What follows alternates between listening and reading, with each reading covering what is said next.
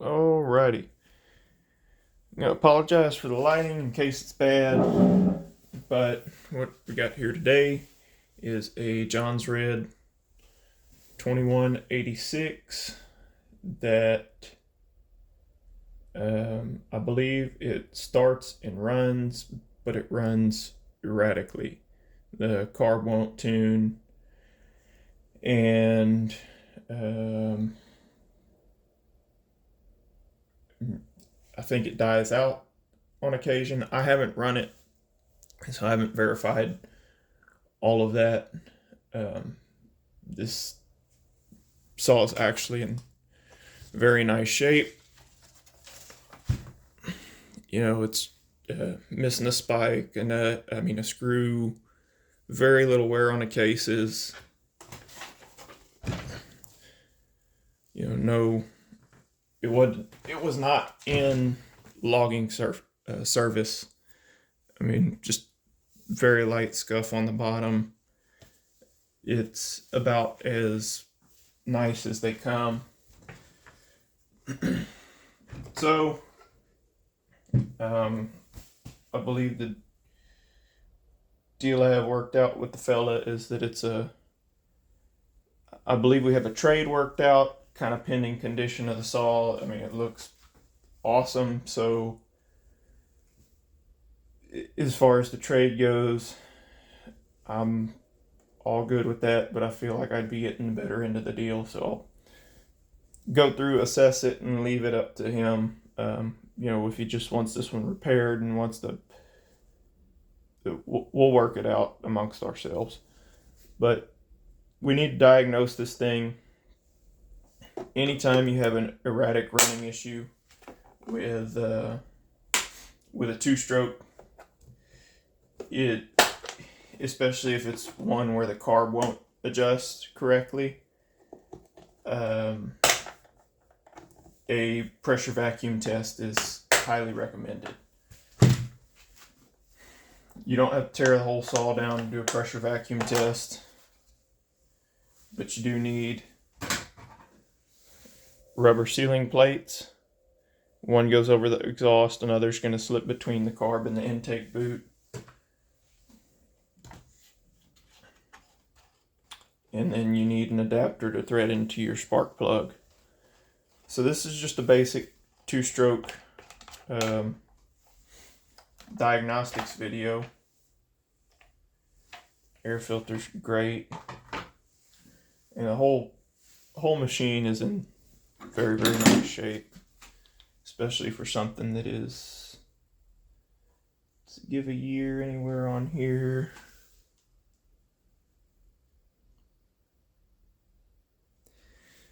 I don't know, but inside of the intake is nice and clean.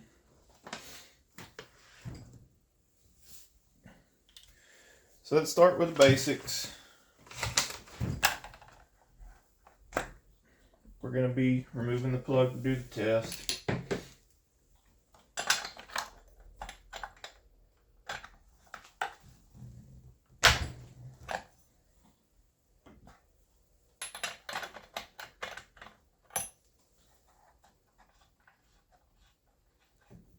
Maybe easier if I just remove this whole top cover. Plug is nearly brand new, so set that to the side. It shouldn't be, under ideal situations, you ought to be able to look at it and say, yeah, that's good or not, but I leave that up to testing equipment, because I've been burned before by going on the visual state of components.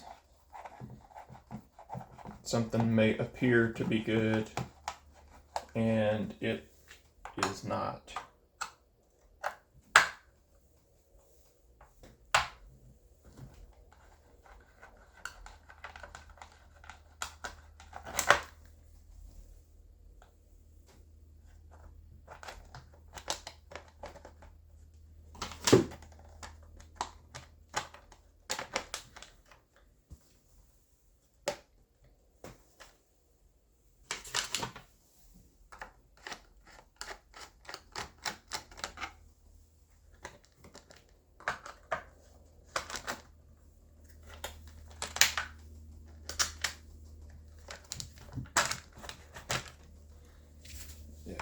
allows much better access. So we'll start with a spark test just to get it out of the way. That way we don't end up chasing our tail. This is just a gap tester. You can dial it in. Ideally, you'd like it to be able to jump about a solid 1/4 inch gap. Maybe if I turn this off, you'll be able to see that better.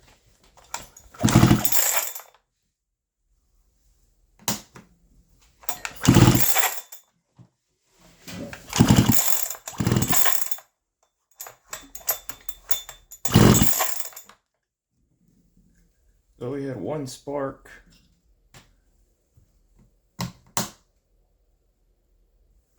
And then nothing.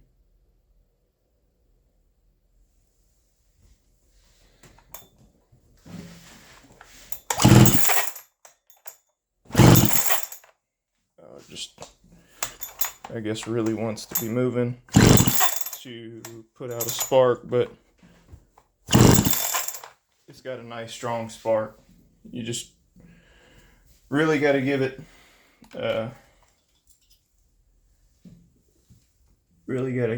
put some effort forth to crank it. You have to be committed. That's the word I was looking for. Okay, old school tillets and carb. With the age of them, you can run into worn shafts. Probably have one. Yeah, let me turn the light back on. Here's a worn out shaft from a tillets and carb. You see that it's worn through the plating into the brass. That causes an air leak at a carb, an air leak at the carb, and it will not tune. Here we have small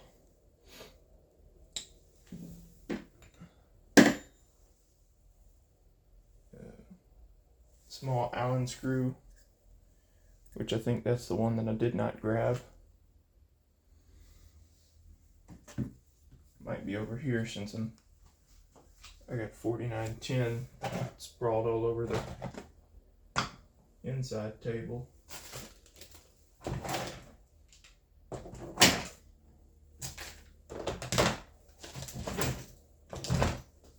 Maybe not.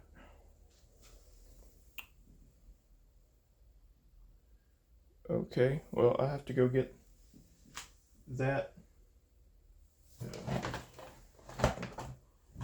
I have to go get that driver before I go any further. Yep, the driver was just in the garage.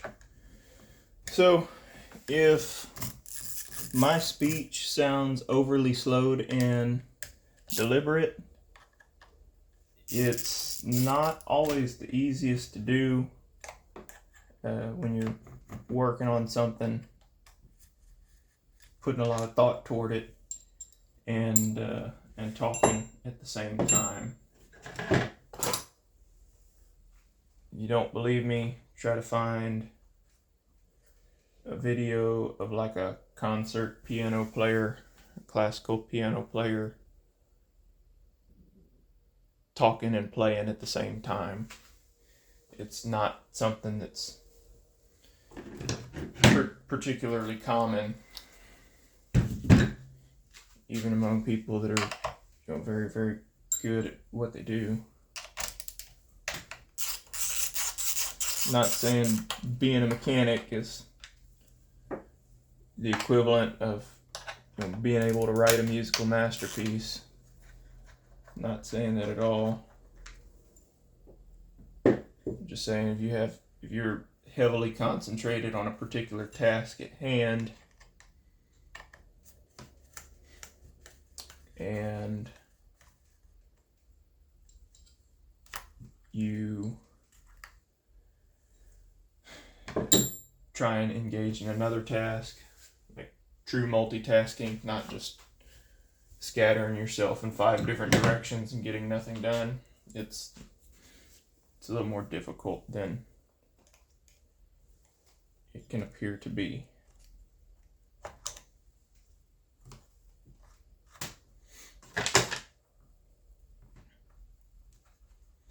We verified we have spark. I know it has compression because off camera I pulled on it, and on top of that we're going to pull the muffler to do the vacuum check.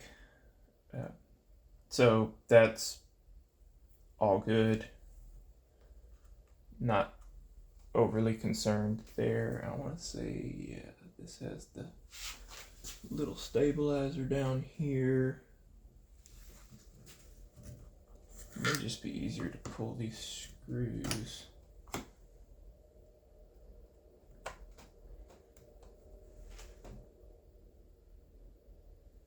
I think that's enough room. Slip this in here.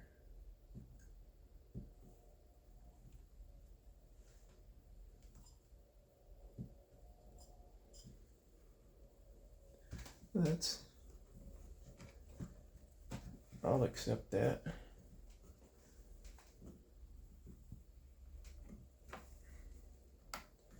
Also, I'm not particularly well versed in all of the Husqvarna stuff because I'm an echo mechanic, and for whatever reason my preferred piece of equipment that I like to play with is not one that is popular around here. So if I look like I'm struggling with something, there's a very strong possibility that I am.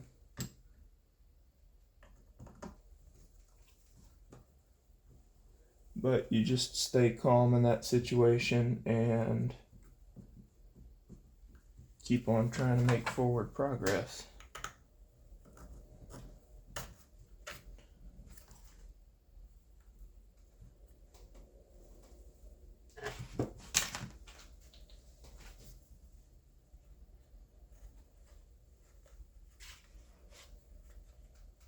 That bolt lines up.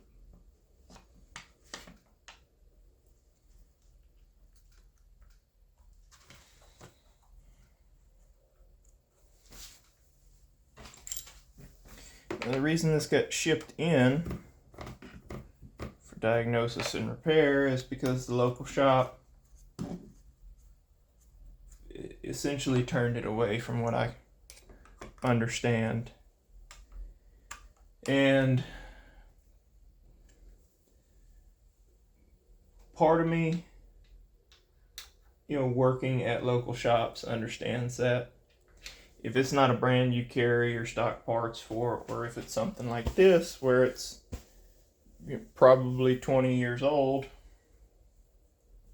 and they don't make any of the specific parts for it anymore,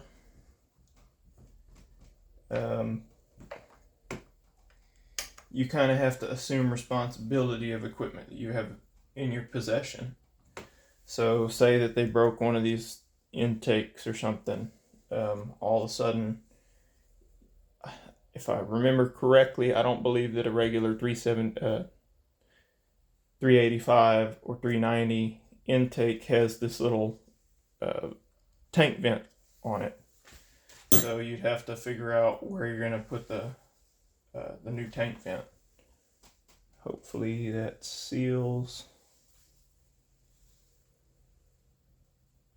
And I think I'm going to pull my vacuum through the impulse, because if you just sit here and pull vacuum without plugging your impulse, you either have to plug your impulse or pull the vacuum here and leave the plug in, is another way. But you have to be able to test this impulse line for dang it. You have to be able to test the impulse line and make sure that it is in the correct condition. There's a better word for that sounds more professional. I just can't think of it at the moment.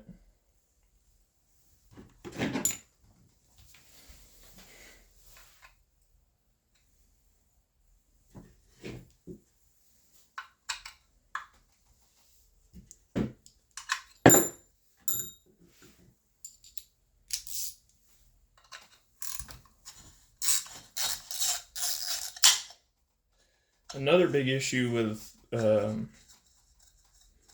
as someone working at a local shop, if you don't have a reliable source for parts, it can turn simple jobs into a nightmare.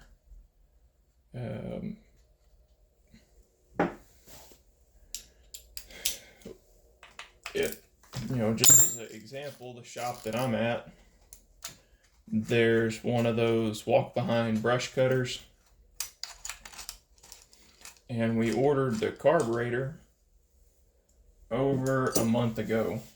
Have not received it. I tried, attempted to rebuild the carb, and there's something going on with the seat, and it just will not seal. And of course, it's one of those carbs with a non-adjustable float, so it's not like you can set it up differently.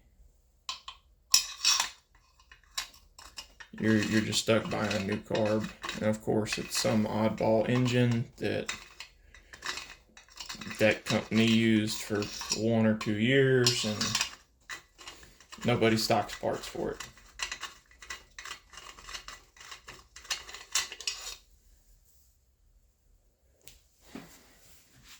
So yeah, part of me understands why something in good shape would get turned away. Part of me don't, because it's in great shape.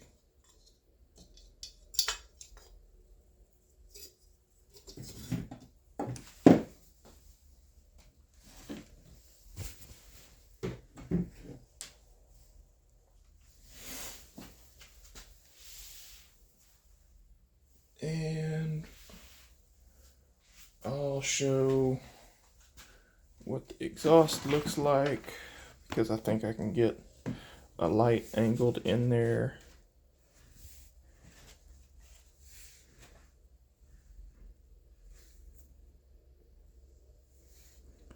So there is light scoring, but something along those lines is nothing to be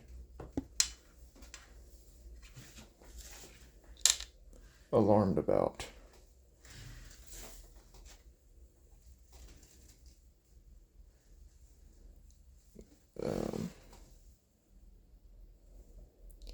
Yes, you can catch your fingernail on that, but is it something that is going to have a tremendous influence on the way the machine operates? No. There's top ring. That's the one that's going to seal most of the compression in. And you can see the intake side of the cylinder in there. It looks great. That little bit of scoring is more than likely just a piece of carbon that flaked off, got stuck in there, and kind of boogered up the piston a little bit. The cylinders are very, very tough. The pistons are soft, so you kind of have a weak link built into the system. That way, under ideal circumstances, or rather under circumstances that are not ideal, like having a little piece of carbon fall into or get wedged in between the piston and cylinder. That's not an ideal situation. But the piston, which is the cheaper component, is what will suffer the brunt of the damage. Like I said, that's not even that's not an amount of wear or damage, so to say, that would concern me.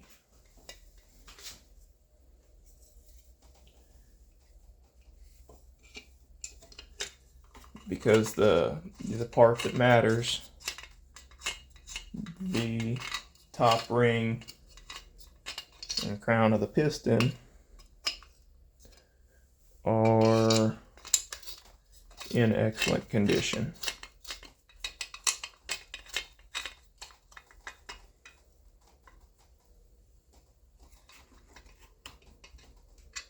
getting these block off plates perfectly right is always kind of a booger to do. So I typically have a little bottle of soapy water with me. I just don't have it prepped right now. And I'll squirt soapy water all over them when I'm pressuring up if I encounter a situation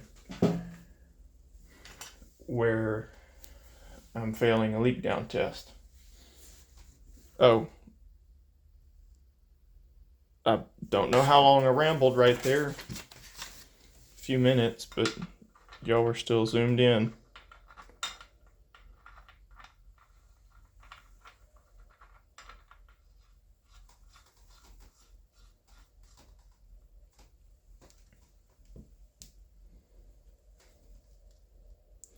And I am just taking my time with this. I have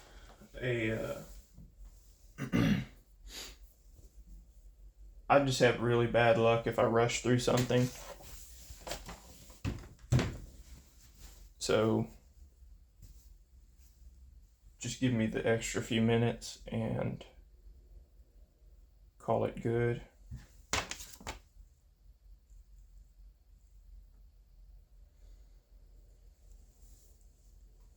I do not think that I have the correct, I don't think I have the correct adapter to go on here, a correct piece of hose. So I'm going to plug it with the spark plug.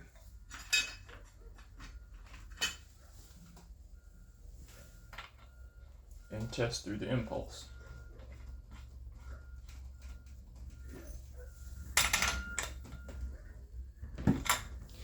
If you're working on lots of small two-stroke equipment, probably big, probably big two-stroke equipment as well, a vacuum pressure test set is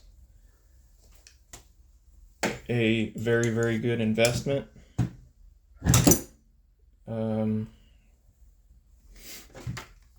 If you don't have one, I would be concerned.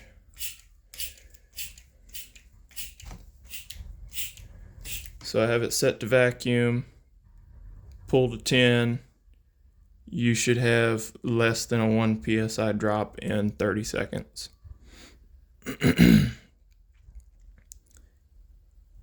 Does not appear to be dropping to me. Now is where we want to try and get it to drop. So, you're gonna rotate the flywheel a little bit, push up and down on the crankshaft situation. Now, I don't mean use a pry bar. That's me hitting the bottom here. So I gotta vacuum back to 10.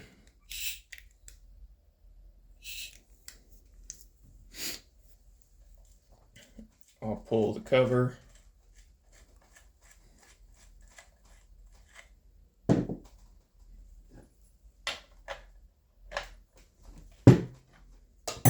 And that's interesting because this still has a decomp.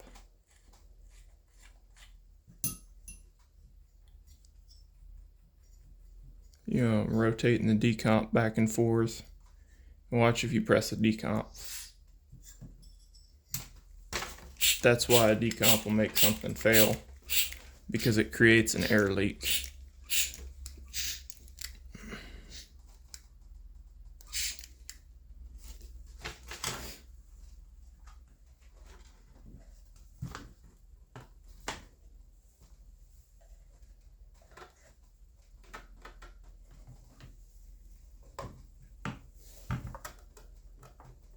Why is this?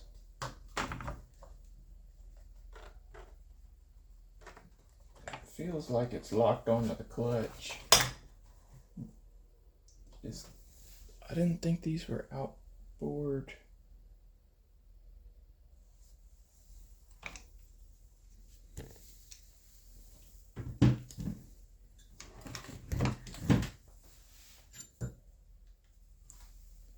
It's not outboard. So why am I stuck?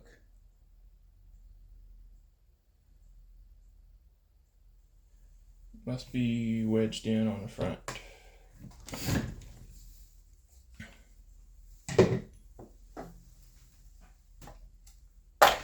Yep.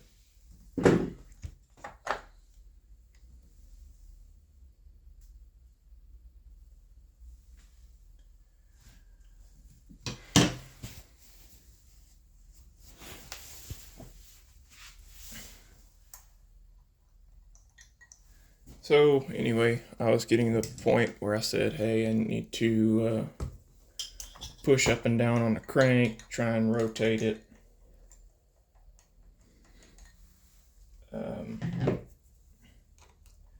I like to pull the clutch drum and rotate things with the flywheel. And you may see some pressure variance because you're moving the piston up and down in there. And just a rapid change will cause a pressure spike or drop. But this looks rock solid to me. So by doing this pressure test or vacuum test, we can now eliminate the possibility of it being bad crank seals, crankcase gasket, cracked crankcase. I'm just throwing stuff out there. Bad decomp, intake boot, base gasket, all of that's eliminated based on results from this gauge. At this point, if there's a running issue present, it's in one of two places: the ignition or the carburetor. I'm going to pull the carburetor and we'll tear it down. I really think that's where we're going to find the issue, is that it's just age and some light wear or a bad diaphragm in there possibly. If there's a pinhole in a diaphragm, it's no good. There we go, using the wrong tools again. But the pressure vacuum tester is a phenomenal tool for this stuff. I honestly don't use it enough because there's a lot of things that you can get by without them, but I don't think you can trust the results like you can with the tester. And that's really what you have to learn to do, is trust the results of your tester. You can even test the fuel system. You can check lines for you check fuel lines for pinholes. Really little bit. It's very versatile piece of equipment.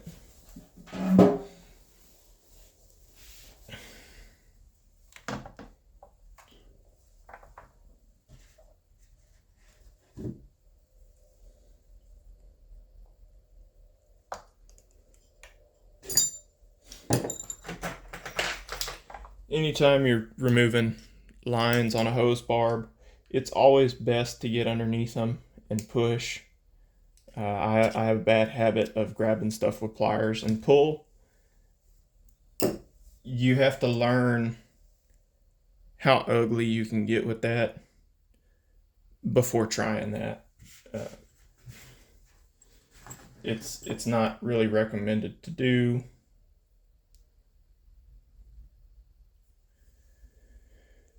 So now that I'm just making more of a mess on the bench, I will scoot this over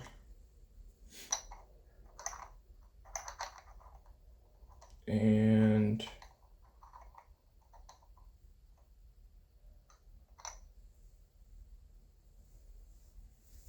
I'll scoot this over and we will swap to carburetor view. Now we have the carb set up.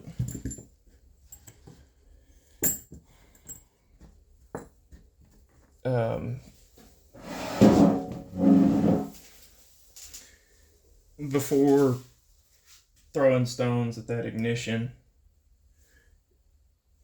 your ignition is basically the last thing you're supposed to blame. If you see a troubleshooting chart that a tech would use,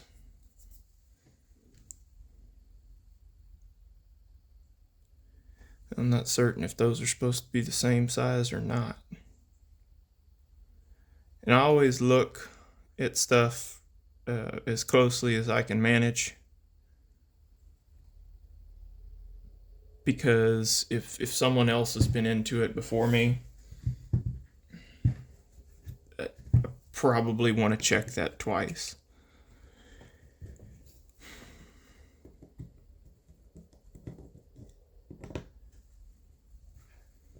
Not saying that I'm better than everyone else. I've just seen it, in the few years I've been a small engine mechanic, which is, I don't know, getting between 5 and 10 years now. I've just seen too many things come in that were done by other people and have them sit there and swear to me, oh yeah, it's perfect, I checked it myself. Yep, checked it myself. I cleaned it, I checked it, I rebuilt that carburetor, etc., etc. Well, actually, before I took this apart, this just may be a case of crispy diaphragms, but I can see one thing that I'm not thrilled about is, if I can get this to focus, we're missing a filter screen.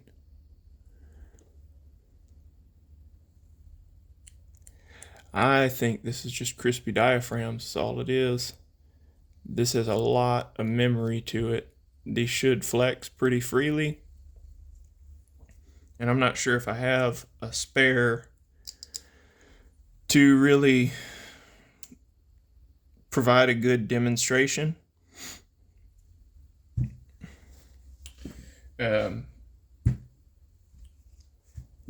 But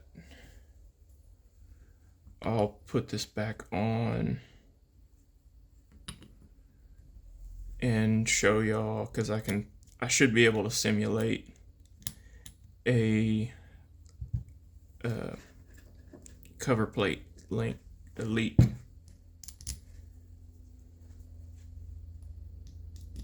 It's another thing, you don't put the pressure tester away until you're done with the carburetor. So after you've tested the bulk of the machine, and then you move to testing the carburetor.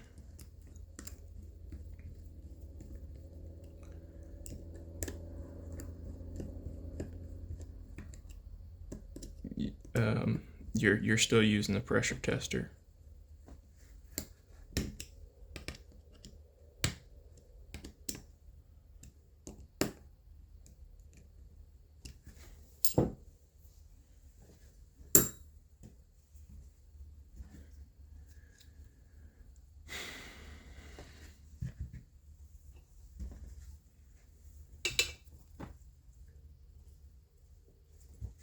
So we know fuel enters here. It's got to go through some passages on this side before it makes it to your actual metering side.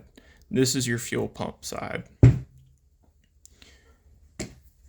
You can set it to vacuum to see if your needle is sealing. It appears that it is here. If you want to simulate a leak, guess what? I now have a leak. Well, how would I figure out where the leak is? That's when you switch to pressure. You have to get soapy water, which I'll go grab. Soapy water.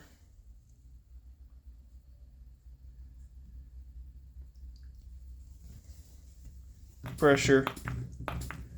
Guess what? There's a leak on that cover plate.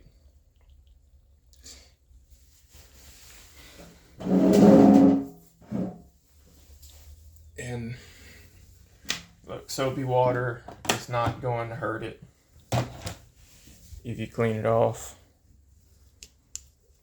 I mean, even if you didn't clean it off, it's probably not going to hurt it. You just don't want the carburetor full of water when it goes back on the saw.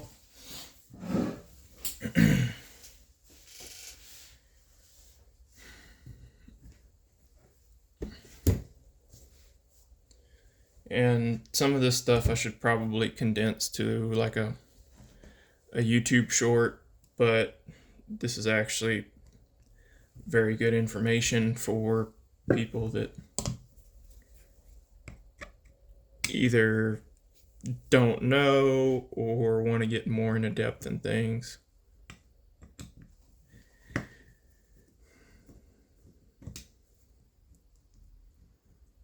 But at this point, I feel pretty confident. This is a carburation issue. Doesn't mean that the fuel line's good. Doesn't mean that the fuel line's bad. But you definitely have to check. This is definitely the problem. So the local shop turned this down over a carb rebuild, and this is the style of carburetor where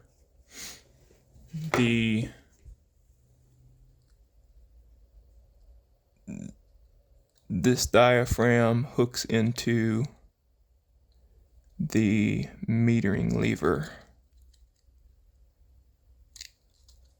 Yeah, I'm trying not to.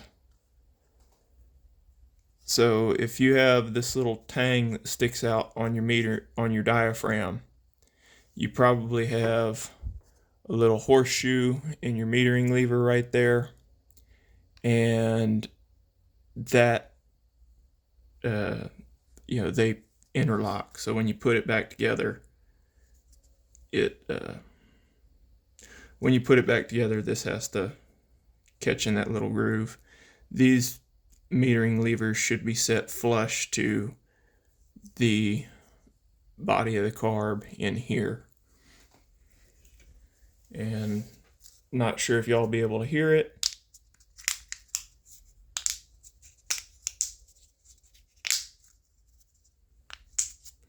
That diaphragm is crispy. It should not make any noise.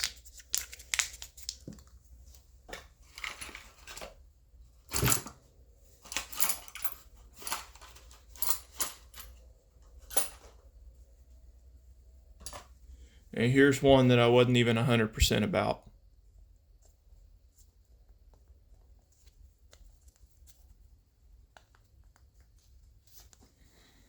Here's the one that is definitely bad.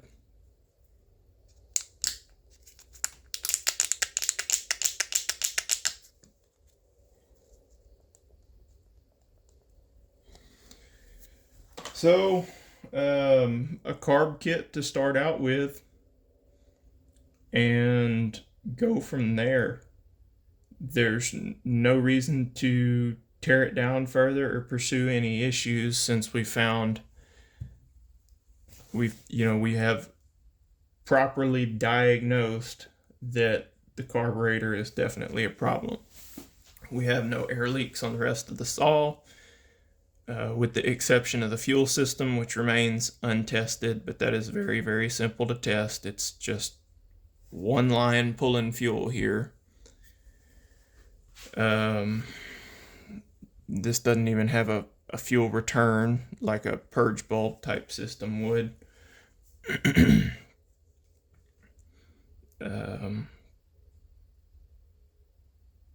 We know that we have spark. Now you can have spark and not have spark at the right time, and that cause issues, but that is very, very rare. So we found a culprit. We're going to address this problem, and then confirm that this was the only problem. And after we confirm that this is the only problem, that's just a test run. Go test run the saw. That's not a big deal. Then we would return it to the customer. So I totally understand his frustration that the local shop turned it away. But in this case, you would pretty much be billed 30 minutes to say, oh yeah, we need to put a carburetor in there. These OEM carbs, I can look the price up with y'all since I'm in here not too far away from a computer.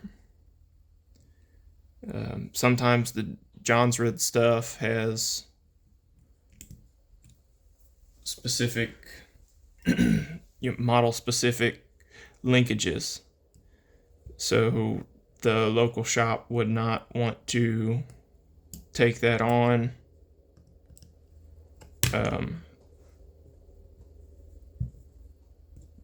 Because you can run up a bill real fast sitting there spending a bunch of time trying to get everything to work correctly. And at the end of the day, if you're in the shop, you want the customer to be satisfied with your work. Unfortunately, you can run into the issue that you can do excellent work, but they're not satisfied with the price. And you either have to adjust the price down and lose out on your time that could have been spent repairing other machines, or you just have to turn work away on occasion because it can snowball and turn into who knows what. That is very, very common with equipment that's 20 years old. It's unfortunate for the owner of the equipment, but it's a common situation. Not everyone takes this good a care of equipment, whether it's saws, lawnmowers, tractors, etc. Not everyone takes this good of care of their equipment that at 20 years old, it's still in a very, very serviceable condition.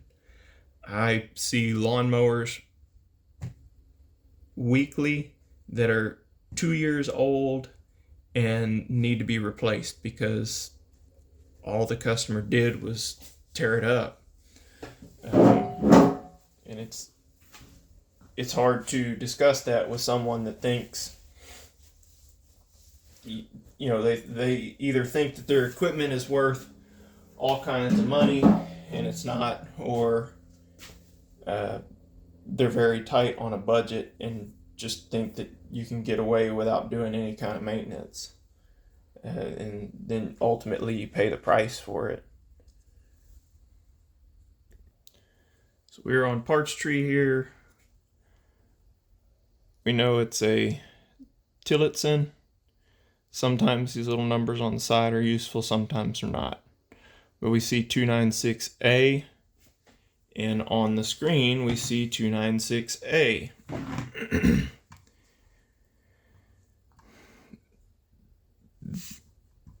So here's your call out for complete, and we're going to click EPA. It's superseded.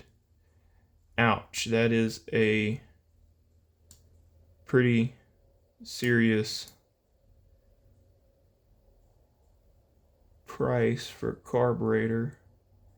Usually it allows you to select copy as plain text.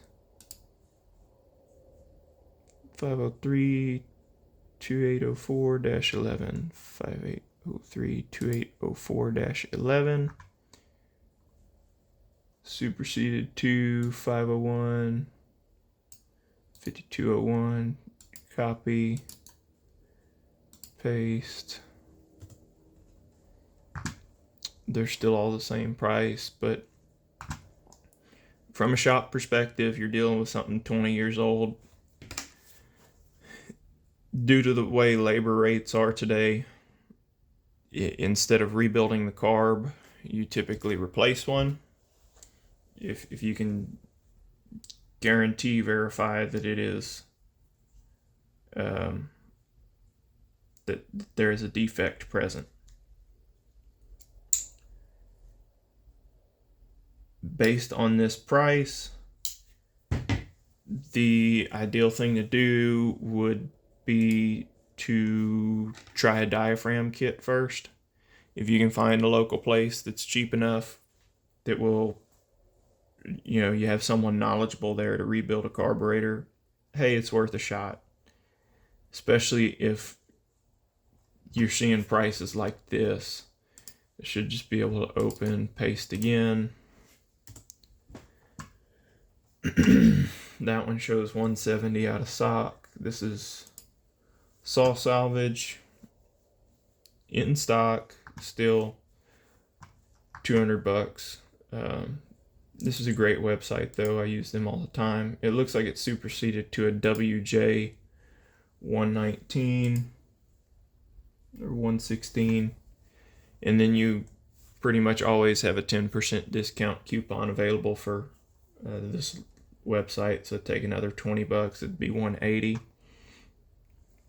That's still steep for a carburetor. I'll search around, talk to the customer, see what his situation is, how we want to proceed with this. Whether he wants to change it up. Like I said, we had agreed to a trade pending condition of the saw.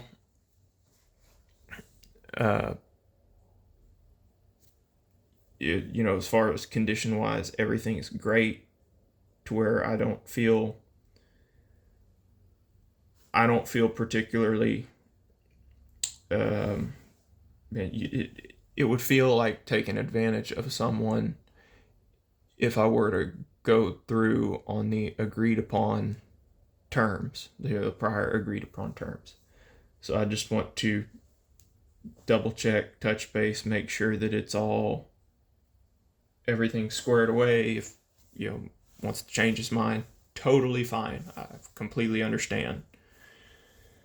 So that's where we're at.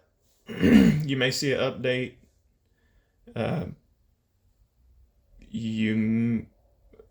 You may not. It may just be a shorter video. I apologize for this one being so long, but it is excellent if you're trying to learn.